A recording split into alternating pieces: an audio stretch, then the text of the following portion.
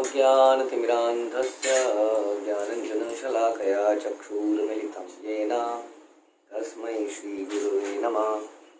श्रीचैतन्यमनोभीष्टं स्थापितं येन भूतले स्वयं रूपा कदा मह्यं ददाति स्वपदान्तिकं। वन्देऽहं श्रीगुरौ श्रीयुतापदकमलं श्रीगुरुन् वैष्णवांश्च श्रीरूपं साग्रजातं सरगणरघुनाथान्वितं तं सजीवं साद्वैतं सावधूतं परिजनसहितं कृष्णचैतन्यदेवं श्रीराधा कृष्णपादान् सगणललिता श्रीविशाखान्वितांश्च। हे कृष्णकरुणा सिन्धु दीनबन्धु जगत्पते गोपेश गोपिका कान्त राधाकान्त नमस्तुते। तप्त कांचन गौरांगी राधे वृंदावनेश्वरी वृषभानुसुते देवी प्रणमामि हरिप्रिये। वाञ्छां कल्पतरुभ्यश्च कृपासिन्धुभ्यैव च पतितानां पावनेभ्यो वैष्णवेभ्यो नमो नमः। जय श्री कृष्ण चैतन्य प्रभु नित्यानंद श्री अद्वैत गदाधर शिवासादि गौर भक्तवृंद। हरे कृष्णा कृष्ण कृष्ण हरे हरे, हरे राम राम राम हरे हरे। नमो विष्णुपादाय कृष्णप्रेष्ठाय भूतले श्रीमते भक्ति वेदांत स्वामिन्निति नामिने। नमस्ते सारस्वते देव गौरवाणी प्रचारिणे निर्विशेष शून्यवादी पाश्चात्य देशतारिणे। ओम नमो भगवते वासुदेवाय, ओम नमो भगवते वासुदेवाय, ओम नमो भगवते वासुदेवाय। हरे कृष्णा। श्रीमद् भागवतम कैंटो चौथा अध्याय 26वां और प्रयास संख्या श्लोक संख्या हम लोग 9th को उसका ट्रांसलेशन पर पढ़ते हैं। तो ये प्रसंग जैसा आपने सुना चल रहा है कि राजा पुरंजन अपनी पत्नी के सुख से बोर हो गया, जैसे कि हम किसी भी नृत्य की वस्तु से थोड़े समय में बोर जाते हैं। इसलिए कहते हैं कि इंद्रियों को तृप्त करते रहने के प्रयास से हम कभी तृप्त नहीं हो पाएंगे, बल्कि तृप्ति की इच्छा को त्याग के और भगवान के चरणों में सेवा करके, भक्तों की सेवा करके हम तृप्त हो पाएंगे। तो ये आखेट के लिए निकले हुए हैं। और श्लोक संख्या 9 में जब हमने सुना कि जब राजा पुरंजन इस प्रकार आखेट करने लगा तो तीक्ष्ण बाणों से भेद कर अनेक पशु जंगल में अत्यधिक पीड़ा से अपना प्राण त्यागने लगे। राजा के इन विनाशकारी निर्दयतापूर्ण कार्यों को देखकर दयालु पुरुष अत्यंत अप्रसन्न थे। वे इस प्रकार का वध देखकर उसे सहन नहीं कर सके। तो जब हम इंद्रिय तृप्ति में बहुत ज़्यादा लिप्त हो जाते हैं, हम पागल से हो जाते हैं जनरली। जैसा हम सुनते हैं कि ध्यायते विषान पुंसा संगस्तेषु जायते संगात संजायते कामा कामा क्रोध विजय क्रोधाद भवति सम्मोह सम्मोहात स्मृति। इस प्रकार से हमारी अल्टीमेटली इस अटैचमेंट से भोगने की इच्छाओं से हमारी स्मृति समाप्त हो जाती है, सही गलत की पहचान समाप्त हो जाती है। ऐसा होता है ना, कई बार आदमी लगता है ये मैंने कैसे कर दिया, बड़ा पछताता है बाद में, मैंने क्या कर दिया, मैं कितना गिर गया था। तो ये जो लस्ट है ये हमारी सबसे बड़ी शत्रु है। इस लस्ट के होते हम क्या कर रहे हैं क्या नहीं कर रहे हैं हम सब भूल जाते हैं। तो ऐसे में यहाँ पर इस प्रकार से पुरंजन ये भूल गया कि वो किसको दुख दे रहा है और किसको नहीं दे रहा है, अपने सुख के भोगने के चक्कर में। और इसी प्रकार से हम भी जब इस प्रकार से पागल हो जाते हैं तो हम भूल जाते हैं कि हम इस प्रोसेस में किस किस व्यक्ति को दुख दे रहे हैं, किसको रौंद रहे हैं, कौन सी अपनी जिम्मेदारी नहीं निभा रहे हैं, किसको धोखा दे रहे हैं, सब कुछ भूल जाते हैं। इतना पागलपन छा जाता है दिमाग पर। इसलिए कहते हैं कि अगर इन इंद्रियों को कंट्रोल में नहीं किया तो ये बहुत ही ऐसे विषैले सर्पों के समान है, कभी भी डस सकती हैं। और जो इंद्रियों को कंट्रोल में कर ले वो ऐसे, उसकी इंद्रियां ऐसे सर्प बन जाती हैं जिनके दांत टूट गए और तोड़ दिए गए। तो यहाँ पर ये अत्यधिक पीड़ा में सारे जानवर केवल थोड़े से आनंद के लिए, किसी को जैसे हम कहते हैं निशाना लग गया, बस इतने आनंद के लिए इधर उधर सारे जानवर मरे जा रहे हैं, पीड़ा से प्राण त्याग रहे हैं। और कई लोग बड़े खुश नहीं थे ये सब देख के कि ऐसा क्यों कर रहे हैं। वे इस प्रकार का वध देखकर उसे सहन नहीं कर सके। जब आसुरी लोग पशुओं का वध करते हैं तो देवता या भगवान के भक्त बड़े दुखी होते हैं। इस आधुनिक युग की सारी आसुरी सभ्यताओं में सारे विश्व में अनेक प्रकार की वधिकशालाएं, कसाई घर चालू हैं। धूर्त स्वामी तथा योगी मूर्ख लोगों का मांस खाने तथा पशुओं का वध करने के लिए प्रोत्साहित करते हैं और उसी के साथ साथ वे अपना ध्यान तथा योग भी चालू रखते हैं। देखिए, कई बार हम कहते हैं ये तो जीवन की ज़रूरत है। हाँ, अगर चिकन नहीं खाएंगे तो प्रोटीन कहाँ से मिलेगा, अंडा नहीं खाएंगे तो प्रोटीन कहाँ से मिलेगा, या ये दवाई नहीं खाएंगे तो कैसे मिलेगा। आपको जब मालूम है प्रभुपाद के बचपन की कथा, जिसमें कि वो इतने बीमार हो जाते हैं कि वो मरणासन हो जाते हैं। और उनके पिताजी को सारे लोग प्रेशराइज करते हैं कि इसको चिकन का सूप पिलाइए, चिकन का सूप पिलाइए, ज़बरदस्त। और ऐसा लगता है कि अब बस चले जाएंगे प्रभुपाद। हाँ, और उस वक्त भी जो उनके पिता थे गौर मोहन डे वो प्रभुपाद को भगवान के सामने रख देते हैं। बोलते हैं आपको बचाना है तो बचाइए, नहीं बचाना है तो नहीं बचाइए, लेकिन मैं ये नहीं पिलाऊंगा। और चमत्कारी ढंग से प्रभुपाद ठीक हो जाते हैं। तो हम लोग सोचते हैं, कई लोग हमसे बोलते हैं ये खाने से तो जोड़ों का दर्द ठीक होता है प्रभु जी, आप इसको खाने को मना करते हैं, ये खाने से तो ये होता है। लेकिन जिनके जोड़ों का दर्द ठीक होता है अल्टीमेटली क्या उन्हें बुढ़ापा आता है कि नहीं आता है? वो सब चीज़ें खाने से क्या उनको मृत्यु मिलती है कि नहीं मिलती है? तो फिर क्या लाभ हुआ? हमने उसके बाद में, मरण के बाद में एक और जीवन बना लिया इसी संसार के अंदर, और इस प्रकार से हम जीवन बनाए जा रहे हैं। अगर हम ये सब नहीं पाते तो हो सकता है कि मान लेते हैं कि वैसे तो सारे जो हमारे जोड़ों का दर्द, इधर का दर्द, उधर का दर्द केवल हमारे कर्मों का ही के कारण है।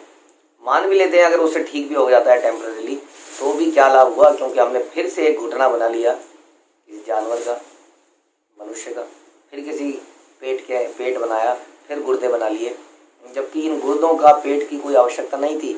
हमारा जो शरीर है वो सच्चिदानंदमय है। शरीर में वास्तव में इन सब चीज़ों की ज़रूरत ही नहीं थी, लेकिन हमने बना लिया। तो इस प्रकार से सोचना चाहिए कि क्या हम कर रहे हैं, इसका कितना दूरगामी प्रभाव है। हम छोटे से फायदे के लिए कई जानवरों को कष्ट देते हैं। आजकल ऐसी कितनी दवाइयाँ हैं जिसमें नॉन वेजिटेरियन चीज़ें शामिल हैं। सोचना चाहिए कि उसके पीछे आखिर में अल्टीमेटली कहीं ना कहीं हत्या है। हमारे सामने तो वो छोटा सा कुछ बन के आ रहा है, छोटी सी टैबलेट।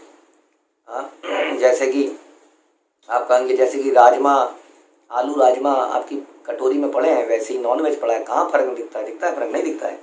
क्योंकि वो तो बन बना के बड़े अच्छे तरीके से परोस के सामने लाया गया। उसके पीछे की क्रूरता यदि हम देख पाए तभी हमें समझ में आएगा। यदि किसी कसाई घर में जाएं और वहाँ देखें कि कैसे जानवर तड़प तड़प के अपने प्राण त्यागते हैं,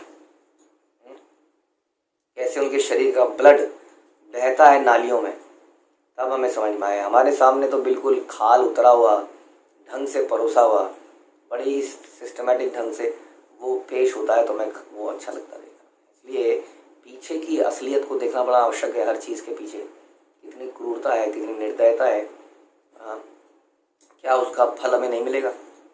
कई लोग जो है नॉन वेजिटेरियन बनाते हैं, वो कहते हैं हम तो नहीं खाते लेकिन परिवार के लोग खाते हैं, तो क्या करें? ध्यान रखिए, बनाए ना बनाए ये आपके ऊपर है, लेकिन उसका पाप आपको भी लगेगा, 100% लगेगा। इस निर्दयता में जो भी सपोर्ट करेगा उसको लगेगा। यहाँ तक कि राज्य के राज मंत्रियों को, सबको लगेगा, क्योंकि उनके अंडर कहीं ना कहीं इसका परमिट दिया जा रहा है, उन सबको इसका शेयर लगेगा। यहाँ पर कुछ ऐसा ही हो रहा है। अपनी प्रसन्नता के लिए ये सब चल रहा है। आखेट की क्रिया भी अनेक प्रकार से चल रही है, जैसा कि हम पहले कह चुके हैं। स्त्रियों का आखेट, विभिन्न प्रकार की शराबें पीना, नशा करना, पशुओं का वध करना, मैथुन सुख, ये सभी आधुनिक सभ्यता के आधार हैं। वास्तव में जरा आसपास देखिए, हमारी सभ्यता का आधार क्या है? यही तो है, हाउ टू एंजॉय। जितनी भी दुकानें हैं आसपास, रेस्टोरेंट हैं, क्लब्स हैं, न जाने क्या क्या है, सबका आधार यही है। कल हमारी किसी भक्त से बात हो रही थी, तो बता रहे थे कि उनके माता पिता ने किसी भक्त को किसी पेरेंट्स ने बुलाया फ़ोन करके, बड़े परेशान हैं, भौतिक लोग हैं। उनका क्या हो गया? उन्होंने कहा जी बेटे ने शराब पी के किसी को उड़ा दिया, अब प्लीज़ आप इसको ज़रा निपटारा कीजिए। तो बता रहे थे कि जब वो गए तो उन्होंने उनको याद दिलाई बचपन की बातें। जब 3 साल की उम्र में 3 साल की उम्र में उनको बचपन में शराब पिलाई जाती थी। मतलब पेरेंट कहते थे ले बेटा एक थोड़ा सा चख ले। 3 साल के बच्चे को सोचिए, थोड़ा सा टेस्ट कराया जाता था, ये ले ये पैक लगा ले। और इस तरह से बचपन में हो, उसने बचपन से वो यही देखता हुआ आया।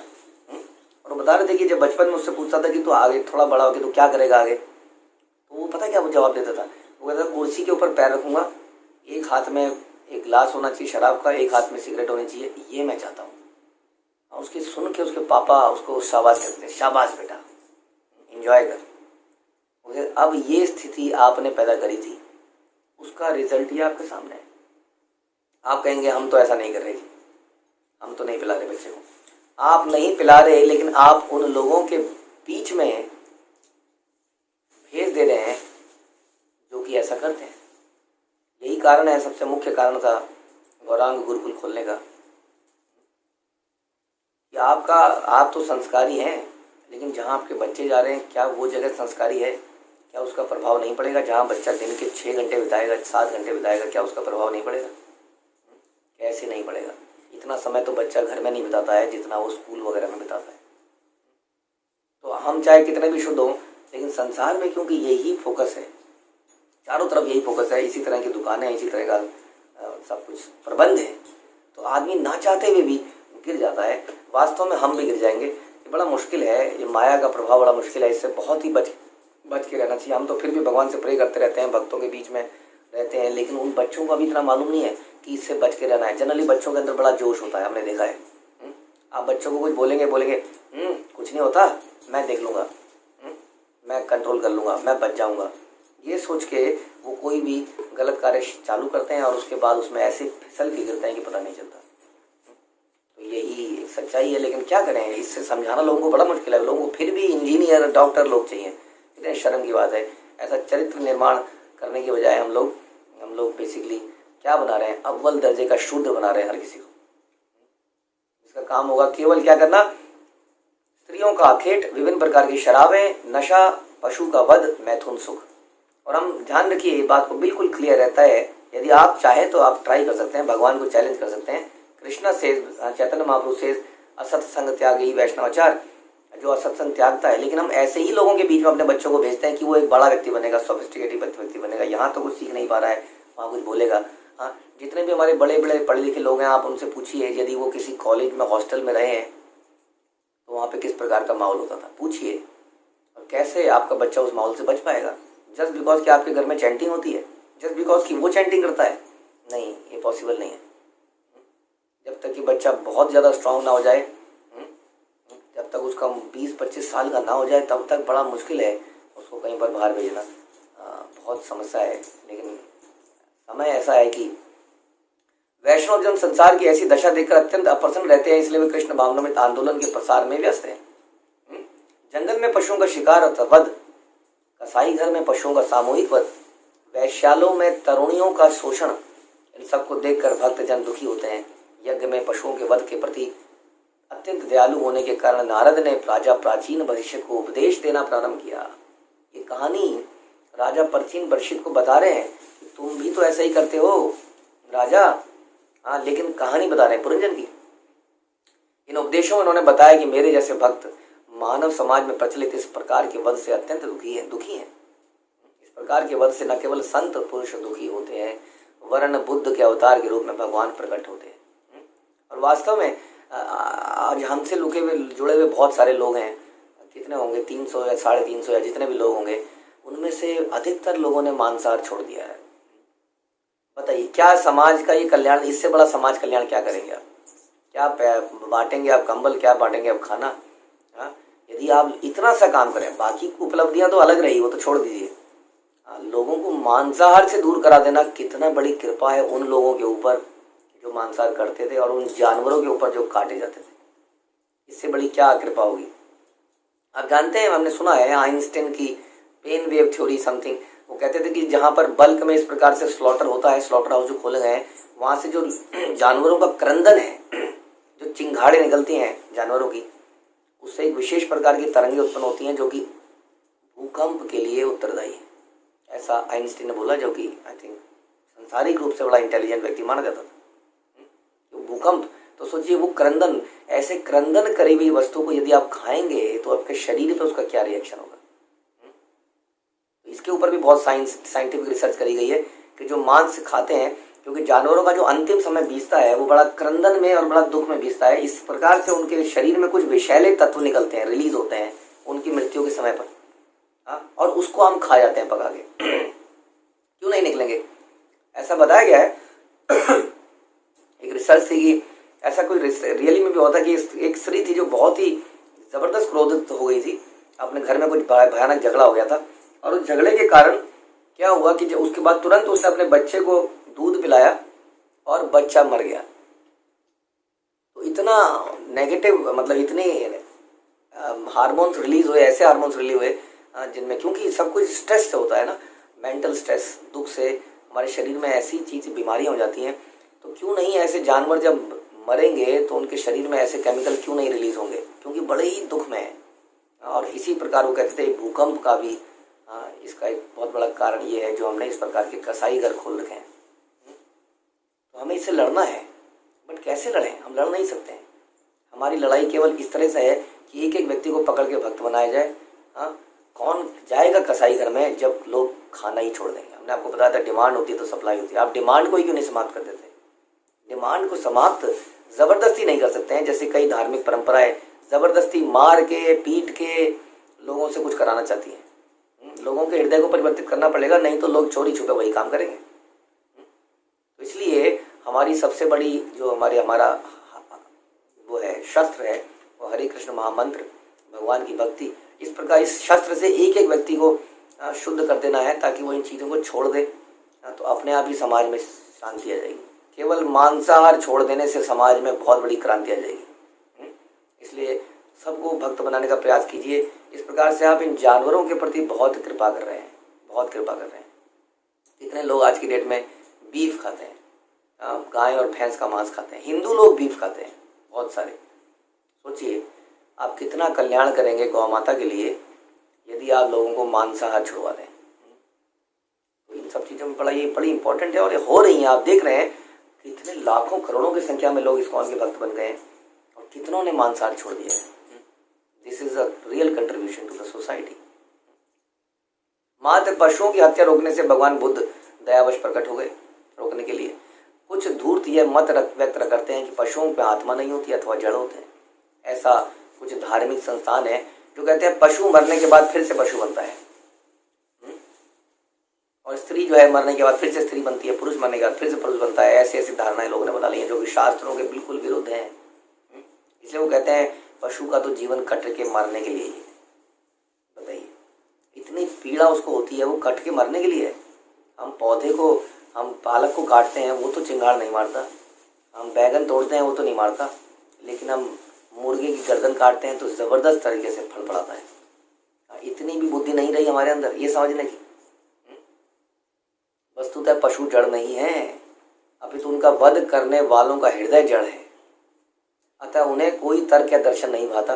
वे कसाई घर को चालू रखते हैं, जंगल में पशुओं का वध करते हैं। निष्कर्षतः जो व्यक्ति नारद जैसे साधु पुरुषों एवं उनकी परंपरा के उपदेशों की परवाह नहीं करता, वह निश्चय ही नष्ट प्रज्ञ की कोटि में पहुंचकर नरक हो जाता है। या आप इसको इस समय समझिए, जो अपने जीवन को केवल इंद्रिय तृप्ति का मुख्य उद्देश्य बनाता है वो नरक हो जाता है। इस प्रकार राजा पुरंजन ने पशुओं का वध किया, जिसमें खरगोश, सुअर, भैंसे, नीलगाय, शाम हिरण, शाही तथा अन्य शिकारी जानवर शामिल थे। लगातार शिकार करते रहने से राजा अत्यधिक थक गया। पाप करने, कर्म करने से हम बहुत थक जाते हैं, और थकने के बाद हम एक और डिफरेंट तरह का इंद्रिय तृप्ति फिर से ढूंढते हैं। ये हमारी खोज कभी समाप्त नहीं होती है। प्लेजर हंट कभी समाप्त नहीं होता है। एक प्रकार की हंटिंग करके हम थक जाते हैं, अब हम दूसरे प्रकार की हंटिंग करते हैं। राजा स्त्री हंटिंग करते करते, स्त्री का शिकार करते करते जानवरों के शिकार में चला गया। जानवरों के शिकार से थक के अब फिर से स्त्री शिकार करना चाहेगा, या मदिरा पान चाहेगा, या आहार चाहेगा, खाना चाहेगा। जीव हमेशा इंद्रिय तृप्ति की वस्तु ढूंढता है, और इसलिए जब वो हमें देखते हैं कहते हैं अरे तुम लोग ये नहीं खाते, तुम लोग ये नहीं खाते, तुम लोग इतने बजे उठ जाते हो, क्या तुमने तो जीवन नीरस बना लिया हो, क्या जाने कि क्या रस भक्तों को मिल रहा है और वो लोग कितना नीरस जीवन जी रहे हैं। पुनः पुनः चर्विता चर्विणा नाम, उसी चीज़ को चबाए जा रहे हैं जिसको चबा चुके हैं, उसमें रस नहीं निकल रहा है। तो उसमें नकली रस डाल रहे हैं। तमोगुणी मनुष्य अनेक पाप कर्म करता है। श्रील रूप गोस्वामी अपने भक्ति रसामृत सिंधु में कहते हैं मनुष्य केवल अज्ञान से पापी बनता है। बिल्कुल सही बात है। और मनुष्य को पापी बनाने में हमारा बहुत बड़ा कंट्रीब्यूशन है। जैसा मैं फिर से बार बार इसी बात को बताता हूँ, क्योंकि हमारे दिमाग में घंटी बजती नहीं है। प्रॉब्लम ये है कि हमने जो अपने बच्चों की परवरिश का तरीका बनाया है, हम उनको अज्ञान में रखते हैं। इसी कारण से वो बाद में जाके पापी बनते हैं। बचपन में हमारा कोई बच्चा अगर भक्ति करने लगता है तो हम कहते हैं ये कोई उम्र है भक्ति करने की, या ज़्यादा ही इन्वॉल्व होने लग जाए तो हमें लगता है इतना भी इन्वॉल्व नहीं होना है, इतना बहुत है बेटा, बस कर। या कोई ब्रह्मचारी बनने लगता है तो हमारी सारी भक्ति समाप्त हो जाती है। हमारा बच्चा अगर बनने लगे तो, या इत्यादि कई सारे, या अपने गुरु की बात मानने लगता है तो हमें लगता है नहीं नहीं तो मेरी बात नहीं मानेगा, गुरु की बात मानेगा। बहुत सारे एग्जाम्पल हैं कि हम ही ये गलती पैदा करते हैं, हम ही इस अज्ञान को क्रिएट करते हैं। हम देखते हैं राजा दशरथ बिल्कुल अटैच थे राम से। आप जानते हैं राम के जाने से राजा दशरथ की मृत्यु हो गई।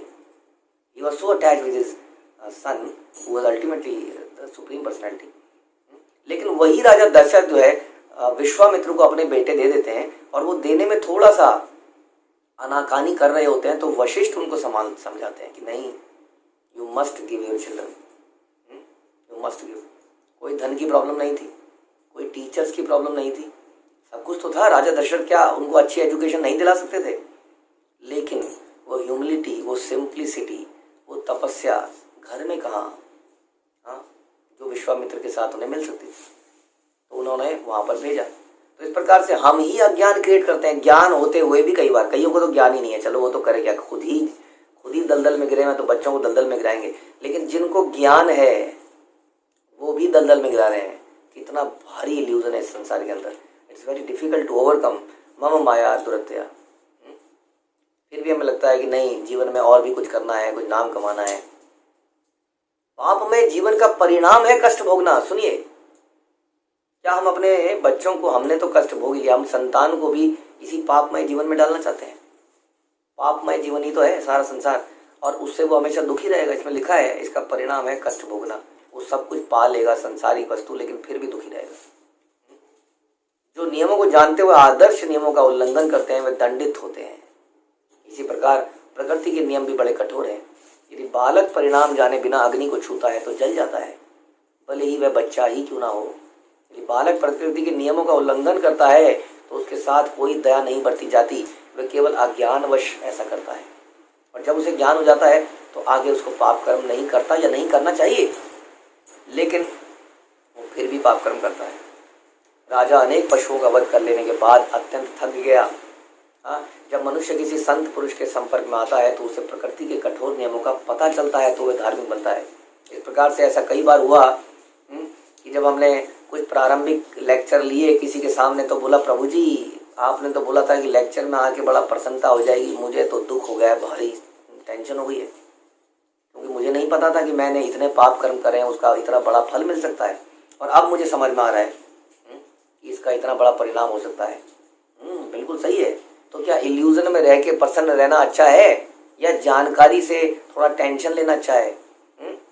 कई लोग एग्जाम आते हैं, जीवन में बहुत बड़ी समस्या आ जाती है तो नशे का इस्तेमाल करने लगते हैं ताकि वो टेंशन दिमाग में ना आए। लेकिन क्या वो सही है, या टेंशन लेके कुछ प्रयास करना सही है? इसलिए बड़ा ज़रूरी है इन चीज़ों को समझना कि अज्ञानता बस हम सोच रहे हैं कि हम आनंद में हैं। जब हमें ज्ञान होता है तो हमें पता चलता है कितना भयानक है ये सब, और इसका परिणाम कितना भयानक है। अधार्मिक मनुष्य पशु तुल्य है, किंतु कृष्ण भावनामृत आंदोलन में ऐसे मनुष्य को वस्तुओं का सही सही ज्ञान हो जाता है और वो 4 वर्जित काम नहीं करता है। कौन से? मैथुन, अवैध स्त्री संबंध, मांस भक्षण, द्रुत क्रीड़ा और मद्य सेवन, जुआ खेलना और शराब इत्यादि नशा करना। यही धार्मिक जीवन का सूत्रपात है। और इसी के रहते हम लोग चाय कॉफ़ी इत्यादि, जिसमें भी कैफीन निकोटीन इत्यादि होता है, हम उसको नहीं खाते हैं या नहीं पीते हैं। उसी के अंदर फिर चॉकलेट भी आ जाता है, क्योंकि हम तो इन चीज़ों को टोटली वर्जित करते हैं। ठीक है, जो अपने को धार्मिक कहकर इन 4 वर्जित कर्मों में लगते हैं वे कपटी है। कहते तो धार्मिक है, लेकिन इन 4 चीज़ों का सेवन करते हैं।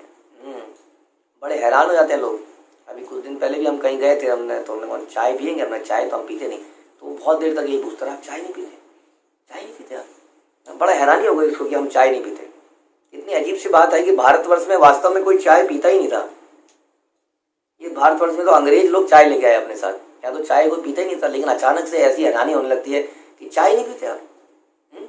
इस प्रकार से उनका बातें हुई। धार्मिक जीवन तथा पाप कर्म समानांतर नहीं चल सकते, मतलब दोनों काम एक साथ नहीं चल सकते। यदि आप कहें कि मैं थोड़ा बहुत ऐसा जीवन भी जी लूंगा और थोड़ा बहुत धार्मिक जीवन भी जी लूंगा, दोनों चीजें एक साथ नहीं चल सकती हैं, बता रहे हैं। इसलिए भगवान बोलते हैं भोगेश्वरम प्रसक्ता नाम तया उपचेतसाम चेतसाम व्यवसाय आत्मिका बुद्धि समाधो न विद्यते। कि कोई व्यक्ति कहे कि मैं ये भी करता रहूंगा, ये ऐसा कई बार होता है, प्रारंभ में ऐसा होता है तो नो प्रॉब्लम, लेकिन अगर बहुत सालों तक आप ये करते जा रहे हैं और छुपाए जा रहे हैं चीज़ों को, और छुपाए जा रहे हैं और चुपके से कुछ कुछ चीज़ें करे जा रहे हैं, तो आप एक ऐसी 2 नाव में पैर रखे हैं। 2 नाव में पैर रखने वाला हमेशा डूबता है। तो हम बता रहे हैं कि प्रारंभिक अवस्थाओं में ऐसा हो सकता है, जब आप लर्न कर रहे हैं, सीख रहे हैं, अभी आप पुरानी हैबिट्स को छोड़ रहे हैं, then it is okay. But आप अगर करते ही जा रहे हैं, यू मस्ट। कई बार लोग कहते हैं कब, हम पूछते हैं कब छोड़ेंगे, तो कहते हैं जब अंदर से आवाज़ आएगी तब छोड़ेंगे। वो अंदर की आवाज़ कभी नहीं आती, क्योंकि अंदर की आवाज़ को तो मन ने दबा रखा है। इसलिए कहीं ना कहीं आपको स्टॉप करना पड़ेगा। कोई भी चीज़ संसार में मैंने तो नहीं देखा कि अपने आप अचानक से एक दिन मन करता है कि आज से मैं इसको बंद कर दूंगा, ऐसा हमने नहीं सुना। कहीं ना कहीं व्यक्ति को उसके लिए प्रण लेना पड़ता है कि अब मैं नहीं करूंगा। अपने आप मन तो करता नहीं है ना करने का, हम प्रण लेते हैं कि हम ऐसा नहीं करेंगे, तब हम देखते हैं कि, है ना, तो वाव लेना पड़ता है, प्रतिज्ञाएं लेनी पड़ती हैं। आदमी क्यों प्रतिज्ञा लेता है? ऐसी प्रतिज्ञाओं का प्रचलन क्यों किया गया? क्यों हम बोलते हैं भीष्म पितामह को भीष्म? क्योंकि उन्होंने भीष्म प्रतिज्ञा ली। इस प्रकार हम भी प्रतिज्ञा लेते हैं कि आज के बाद हम ये नहीं करेंगे, आज के बाद हम ये नहीं करेंगे, और वो प्रतिज्ञा हमें बचाती है, हमारे अंदर इतना दृढ़ता लेके आती है, उस प्रतिज्ञा से हम बचते हैं। तो इस प्रकार से हमें अपने जीवन में सोचना चाहिए कि हम कौन से नियम का पालन ठीक से नहीं कर रहे हैं, कहाँ हम भोग में लगे हुए हैं, कैसे हम ये प्रतिज्ञा ले सकते हैं।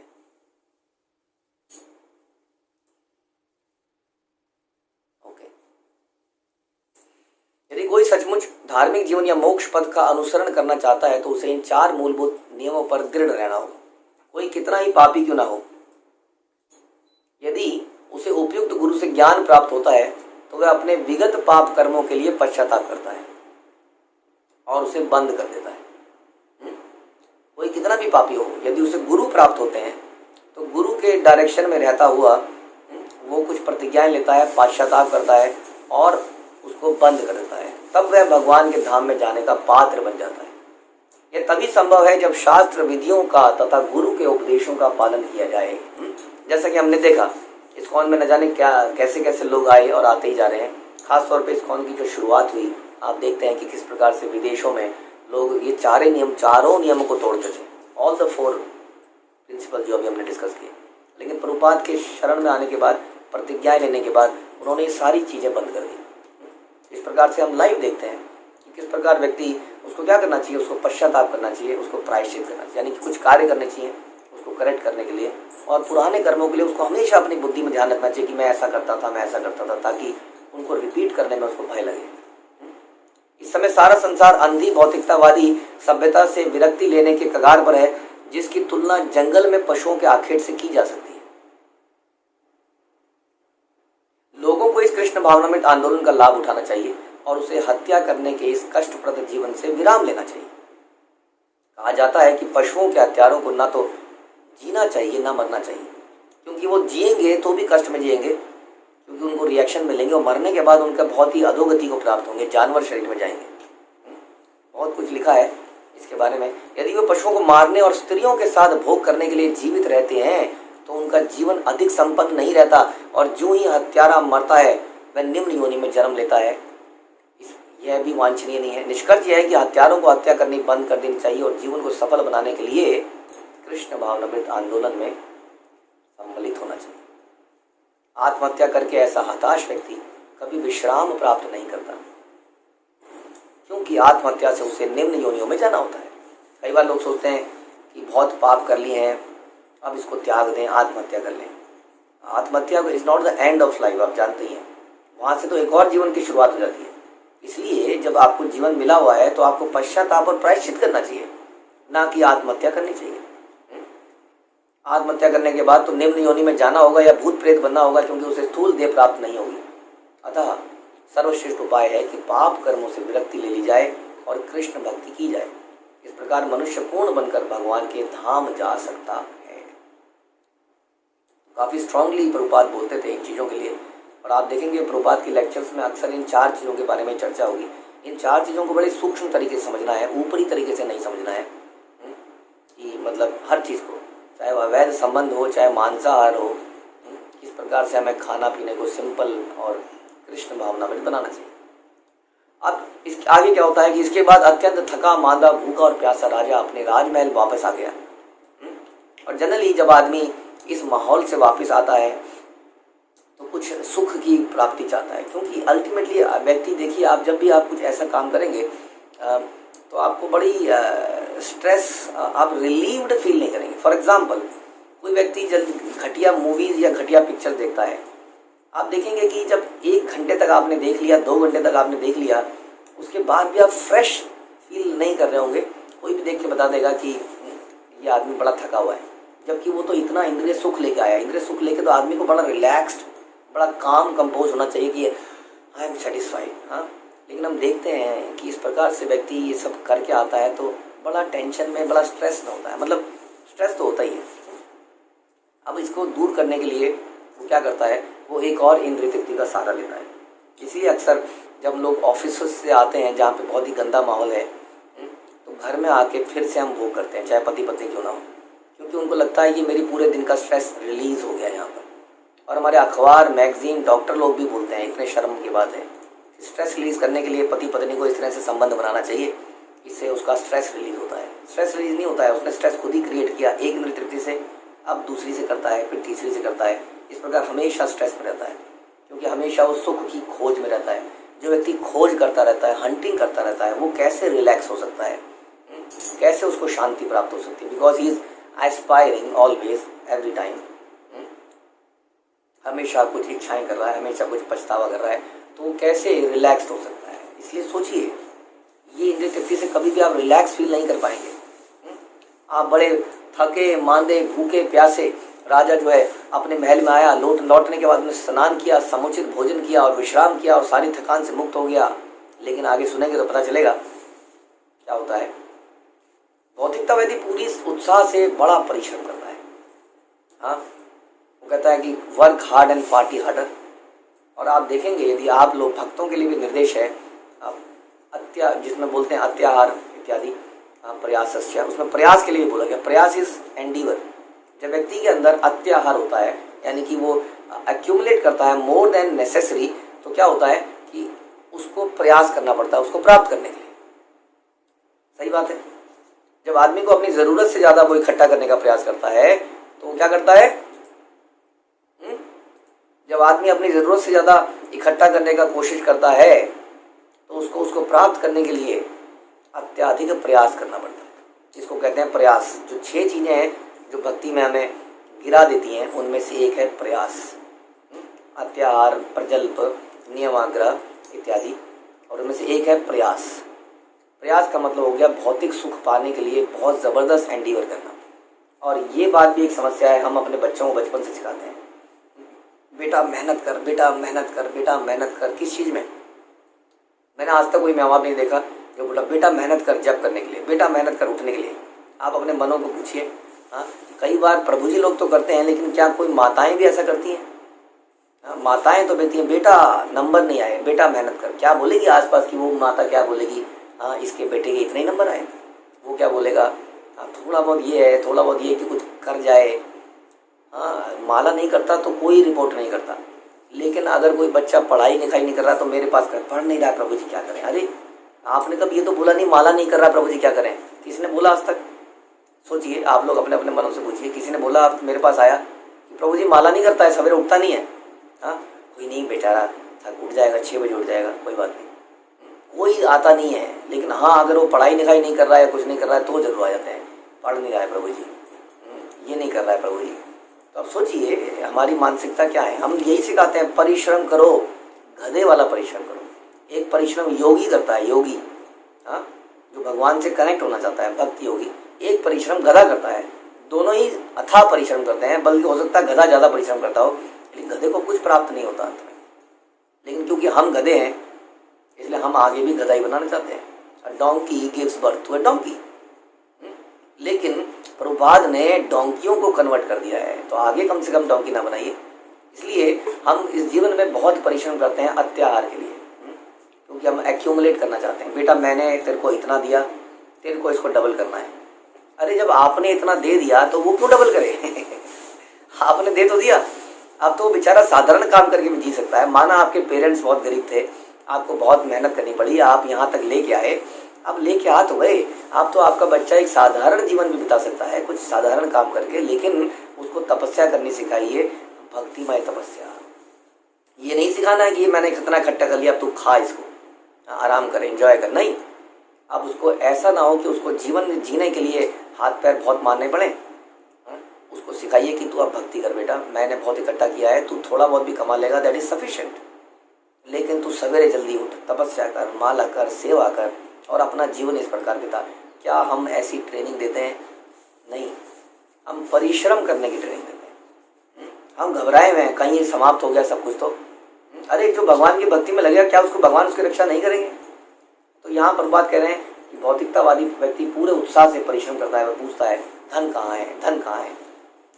फिर सप्ताह के अंत में वो इन कार्यों से छुट्टी लेकर विश्राम करने के लिए किसी एकांत स्थान में जाना चाहता है, क्योंकि बहुत थक जाता है, स्ट्रेस हो जाता है। अब उसको एंजॉयमेंट के लिए कहीं वीकेंड पे जाना पड़ता है। वीकेंड में मॉल जाते हैं, मॉल जाके वो और थक जाता है। फिर किसी रेस्टोरेंट में जाता है, वहाँ पे खा के पेट फूल जाता है, बदहजमी हो जाती है, गैस हो जाती है। फिर अपनी पत्नी के साथ भोग करना चाहता है, इस चक्कर में रात को सो नहीं पाता है। और फिर मंडे आ जाता है। हाँ, मंडे, डॉक्टर की रिसर्च के अनुसार मंडे को सबसे ज़्यादा हार्ट अटैक होते हैं दुनिया में। ये दिस इज द रियलिटी, हम बता रहे हैं आपको। देखिए आंकड़े, सबसे ज़्यादा हार्ट अटैक वर्ल्ड में मंडे को होते हैं, क्योंकि इतना स्ट्रेस फील करता है, क्योंकि वो सोचता है वीकेंड में कुछ रेस्ट करेगा, लेकिन इंद्रिय तृप्ति की इच्छाएं उसे मॉल, शॉपिंग, नाइट मूवीज़, संभोग, वो सो नहीं पाता, आराम नहीं कर पाता और अगले दिन फिर से चल पड़ता है। और इस प्रकार से स्ट्रेस में वो मर जाता है। यही सच्चाई है। तो इस प्रकार से राजा पुरंजन अपने घर लौटाया, क्योंकि जंगल में पशुओं का शिकार करते करते अत्यधिक थक चुका था। इस प्रकार उसके अंतःकरण से ने उसे और पाप करने से मना कर दिया और वो घर लौटाया। भगवद्गीता में भौतिकवादी पुरुषों को दुष्कृतिना कहा गया है, जिसका अर्थ है कि वो पाप कर्मों में लगे रहते हैं।